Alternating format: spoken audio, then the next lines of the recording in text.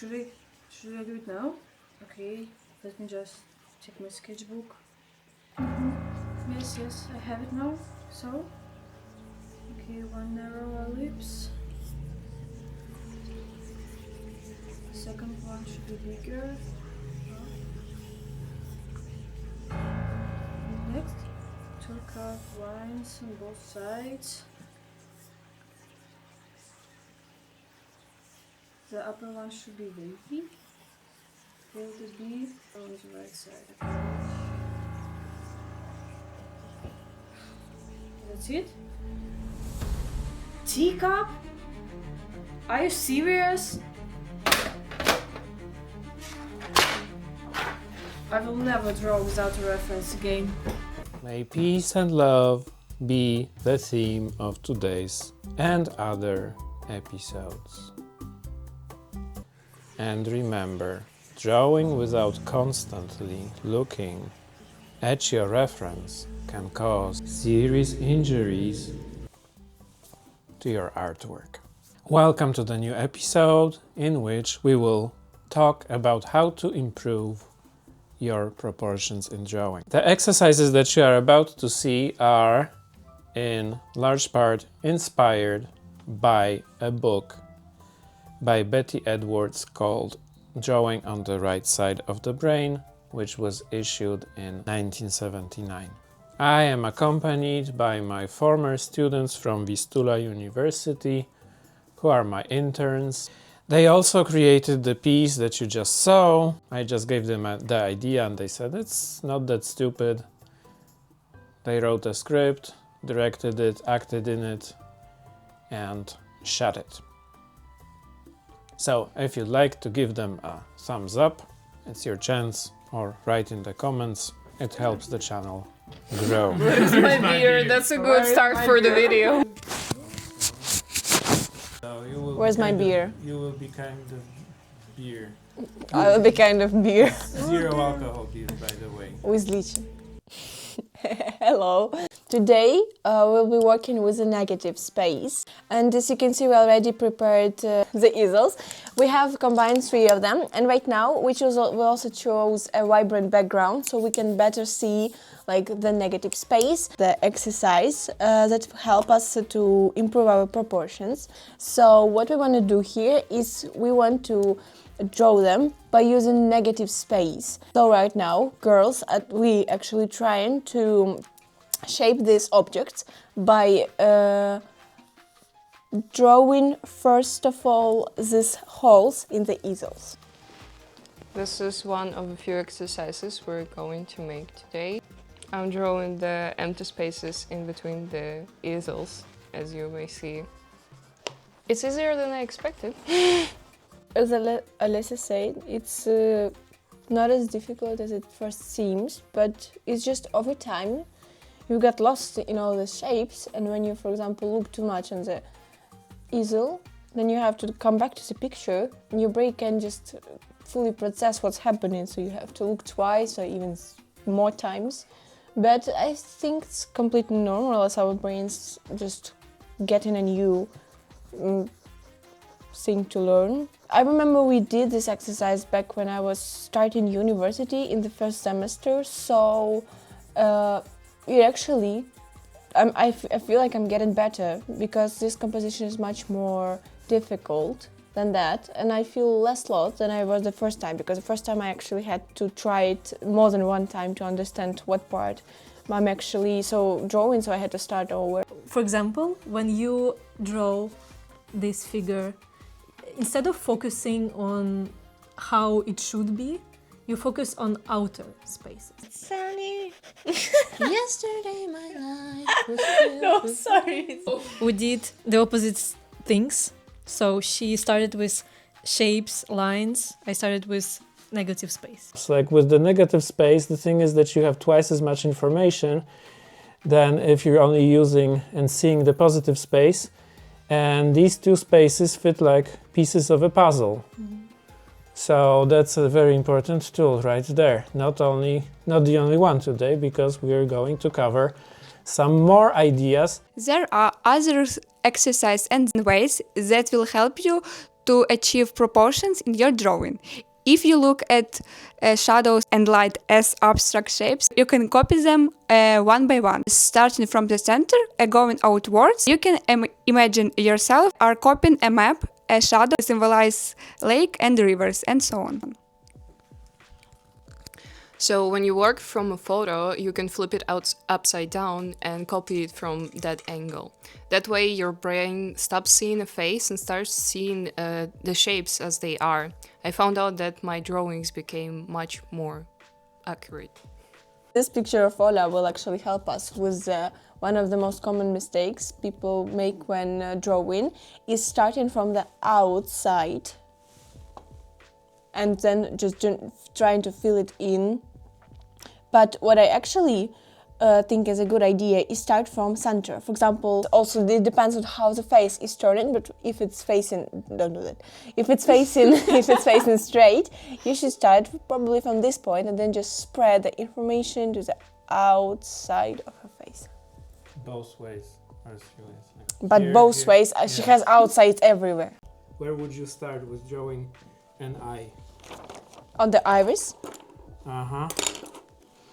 You want me to show you just like Yeah. iris is especially in this picture when the head is turned, it is the center, so you could just fill in this circle and then just by drawing pupil and everything else like eyelashes, you can maybe leave it to the after, but this is how it works. So from the inside out. Yeah, and to the outside.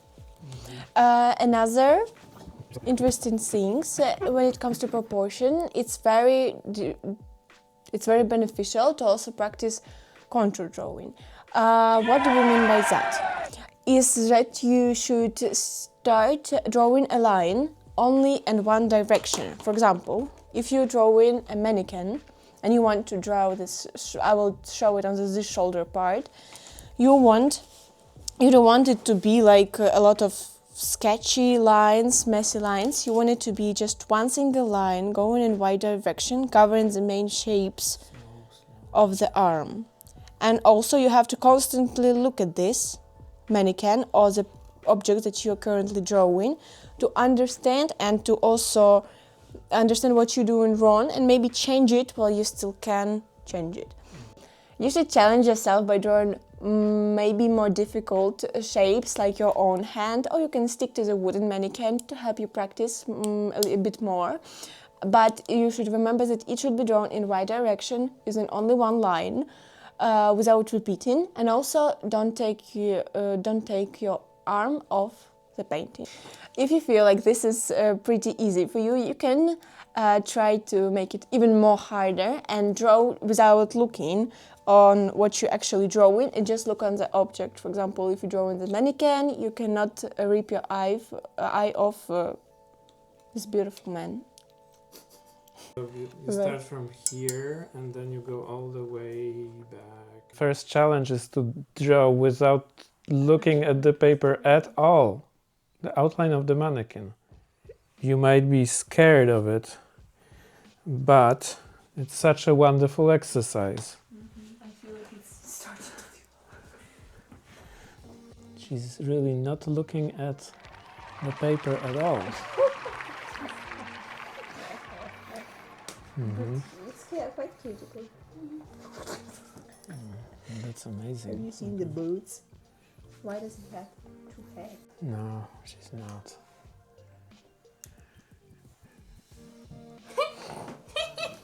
But it's quite He's gone somewhere. It's our word. And you were not looking at all. And look how close you are Yes. to the real thing. happened to the hand. Something in the way, okay. So sometimes I say, practice contour drawing. Contour drawing is very important. And now I'm telling you the opposite. Avoid contours. Use side of the pencil, look for large areas, spots. And why is that? Because drawing is not one skill, it's a set of skills. And to draw effectively, you switch between different modes of drawing. Sometimes you go into contour drawing. Sometimes you go into measuring. At other times you are looking at negative space, or like in this case now, you go into the mode of looking at large, soft shapes of shadow. About what do you see here? Like, see, this is like a lake or whatever. Okay, but what if you tried to, you know, just copying it as a map? As a map? Yeah, without building. without building, constructing. Or if you construct, just do it like slightly here and there, you know, like you can do some little measurements, but not much. And try to think of it as, you know, like this is a lake or whatever. You're copying maps. Here's a little river. The side of the pencil, perhaps. So it's like very light touch at first. Just the shadows. So see, I would start here. And just copy this and go back and forth, and then I would say, okay, this little shape here, and okay, now this is like probably 1, 2, 3, 1/3 of this shape.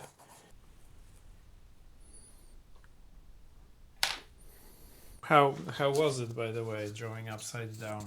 It was a kind of strange and unusual, but I like this exercise.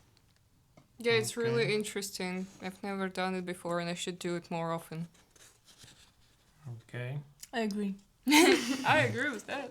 To conclude, number 1, drawing is a set of skills, not just one skill, and you switch between them, between those systems, consciously or not. Number 2, learning to draw changes the way you perceive shapes and proportions, and also values. Sometimes it happens consciously, like you make a choice to observe the negative space or measure, for example. But sometimes it just strikes you, especially when you're at the beginning of the process of learning to draw. Number 3, when you draw, you consciously or subconsciously switch between the systems of perceiving the proportions. So here I start drawing my eye. I start from the middle, constructing at first, drawing a circle on a cross, measuring it. But then I start using a value map. As I go outward, I go back actually to the center, and I make a few passes like that while making the value of the drawing darker and darker. No, okay. So yeah, thanks for watching the episode. We showed you ways to improve your proportions, but remember, measuring is always important, and we showed you that in previous episodes. And subscribe, give it a like, give them a like, leave a comment, and we will see you next time. Bye bye.